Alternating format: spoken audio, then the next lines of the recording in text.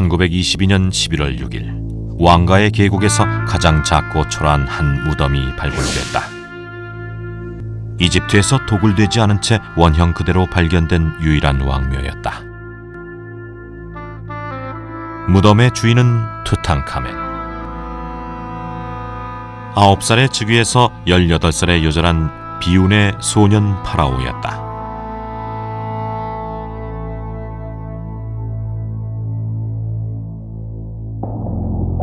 무덤 안에선 3,500여 점의 보물이 쏟아져 나왔다. 고대 이집트가 황금의 나라였음을 말해주는 진귀한 보물들. 순금으로 만든 관은 무게만 해도 약 110.4kg.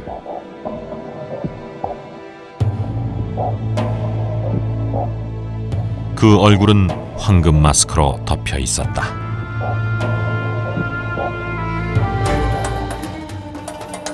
황금으로 무덤 안을 채웠던 고대 이집트인들. 그들은 영원 불멸이 한낱 꿈이 아니라 황금처럼 영원히 지속되리라 믿었다. 그것은 그들의 내세관과도 깊은 관계가 있다. 파라오의 영혼이 다시 찾아와 부활하기 위해선 미라의 온전한 보존도 필수였다.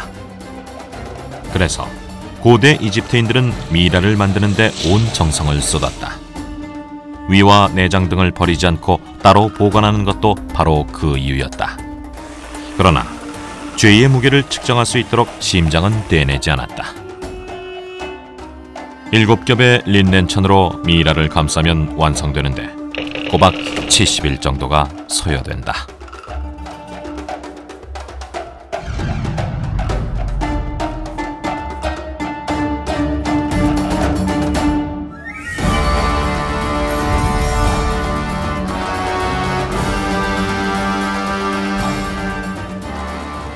البراعة التي وصل إليها الطب المصري آنذاك إن هو يحافظ على الجسد فترة آلاف السنين للحفاظ عليه، اعتقادا من المصري القديم أنه طالما أن المومياء في حالة جيدة فهناك مستقبل جيد لهذا المتوفي في العالم الآخر.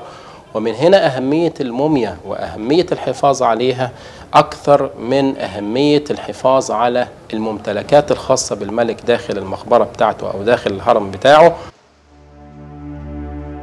1954년 대피라미드 모래 속에서 5척의 태양선을 발견했다. 길이 43m, 현존하는 세계에서 가장 오래된 배다. 태양선은 왕이 생전에 탔던 배이자 왕의 미라 운반선이다. 해체한 다음 매장한 것이다. 태양신이 매일 2차례 하늘을 가로질러 여행한다고 믿었던 고대 이집트인들.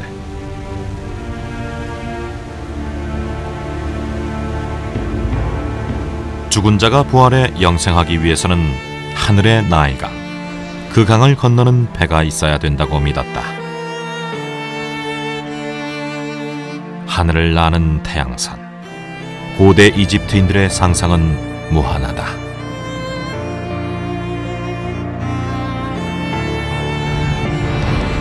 고대 이집트인들이 이렇게 사후를 중시한 이유는 무엇일까?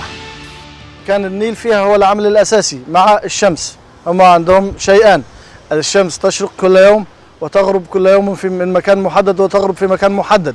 أثرت على فكرهم في الموت والحياة. النيل كذلك، يأتي النيل ويمدهم بالحياة طول العام ويختفي النيل ويظهر إنها الحياة والموت. 일출과 일몰, 삶과 죽음. 이렇듯 고대 이집트인들의 내세관은 자연 환경에서 비롯된 세계관이었다. 자연을 거스르기보다는 자연에 순응하며 살았다. 영원 불멸을 믿었던 파라오들은 무덤 안에 황금 부장품을 함께 넣었다. 그래서 왕들의 무덤은 늘 도굴 대상이었다. 당시 이집트가 황금 제국이었다는 증거는 기록에도 나온다. 호메로스의 일리아드에 테베는 황금이 산처럼 쌓여 있고 100개의 문이 있는 호화찬란한 고도였다고 전한다.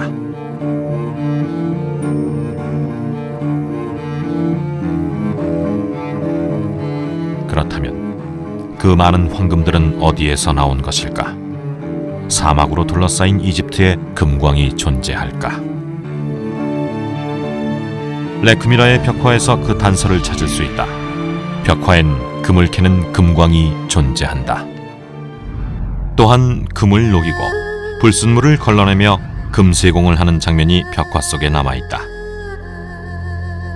고대 이집트의 금세공 기술은 주변국으로부터 명성이 자자했다. 금세공을 비롯한 세공 기술은 지금도 유명하다. 대표적인 전통시장인 칸 앤 칼릴리를 찾았다. 32년간 이곳에서 세공 일을 하고 있는 쿠프 세이드 아메드 씨.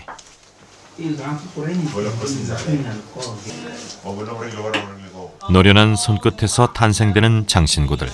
그의 목소리엔 자부심이 묻어난다. أنا عندي موديل من قديم. أنا عامل موديل ده قديم 6000 سنة خرس كله هاند ميد. 자신이 만든 다양한 장신구를 보여주는 쿠프 세이드 아메드 씨. 조심스레 아버지의 작품을 꺼내 보여준다. دي مركب فرعوني مركب فرعونية ده رمسيس الاسطون ده 타이거. 태양신인 아몬신을 받들기 위해 세워진 룩소르 신전. 카르낙 신전의 부속 건물로서 아멘호테프 2세와 람세스 2세에 의해 건설됐다. 람세스 2세는 기원전 1279년 24세의 나이로 왕위에 올랐다. 원래 하이집트에는 지금의 시리아 지바에서 이동해온 셈족이, 상이집트에는 누비아에서 북상한 함족이 있었다. 모든 파라오들은 상하 이집트를 통일시켜 함께 통치하는 게 오랜 수건이자 과제였다. 92세까지 67년간 고대 이집트를 통치한 람세스 2세는 강대한 이집트 왕국을 건설했다. 상하 이집트를 다스렸고 많은 지역을 정벌하러 나섰다.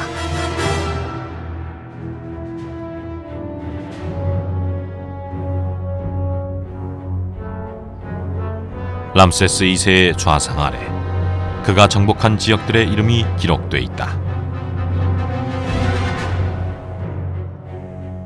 모든 사람들이 하나같이 손을 뒤로 한 채 끈으로 묶여 있다.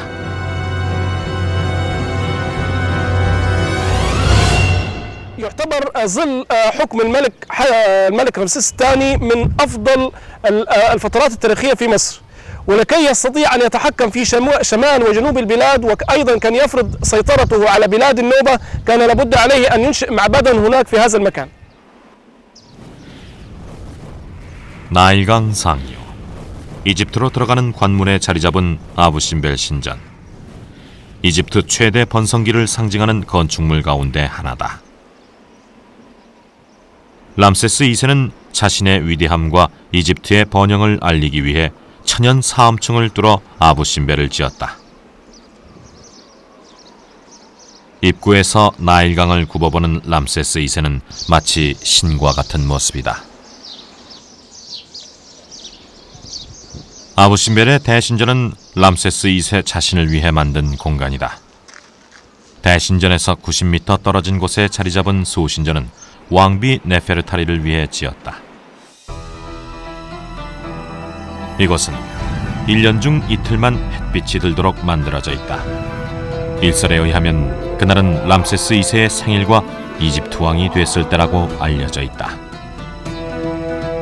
그러나 이날에도 죽음의 신 프타는 햇빛을 받지 못하고 어둠 속에 있다. 이 현상으로 인해 아부신벨은 더욱 신비로운 신전이 됐다. 아부신벨 신전에 햇빛이 드는 날이면 세계 각국에서 온 관광객들이 이 순간을 보기 위해 이곳을 찾는다. 단 20분 동안 햇빛이 들기에 신상 앞에 머무를 틈도 없다. 그러나 1960년대 아스완댐 공사로 아부 심벨은 수몰 위기에 내몰렸다.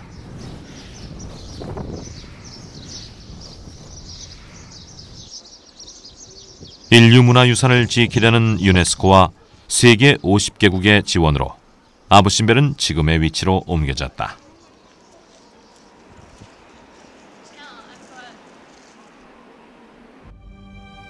모두 1042개의 블록으로 잘라 정교하게 이어붙인 이 작업은 인류 역사의 또 하나의 기록으로 남아있다.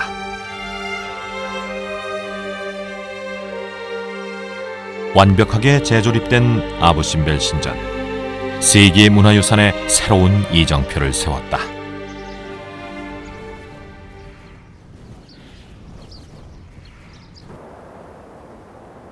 아문신을 위해 만든 카르낙 신전은 당시 고대 이집트의 위상을 알 수 있는 람세스 2세의 활약상이 그려져 있다.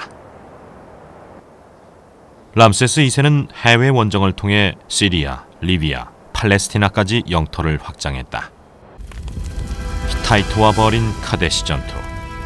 16년간 계속된 공방전은 결국 세계 최초의 상호 평화협정으로 끝났지만 람세스 2세의 용맹성을 입증하는 전쟁으로 기록돼 있다.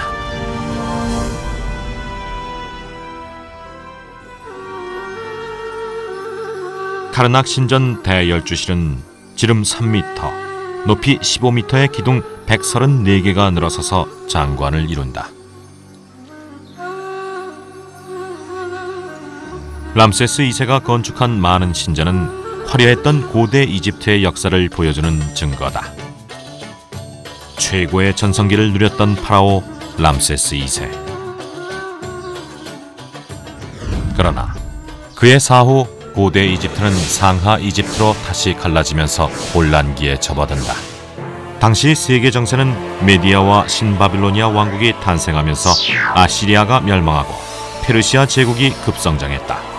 결국 이집트는 100년이 넘게 페르시아의 지배를 받는다. 그 후 알렉산드로스 대왕에 정복당하면서 프톨레마이오스 왕조 시대를 연 이집트. 차례로 로마 제국과 비잔틴 제국의 지배를 받으며 기독교의 영향을 받기도 했다.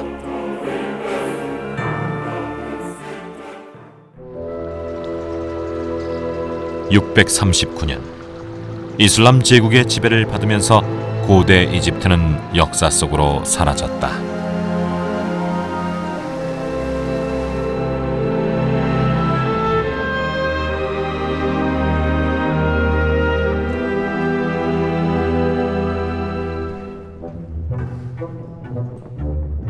BC 332년 알렉산드로스 대왕의 정복까지 30왕조가 2820년 동안 고대 이집트를 통치했다.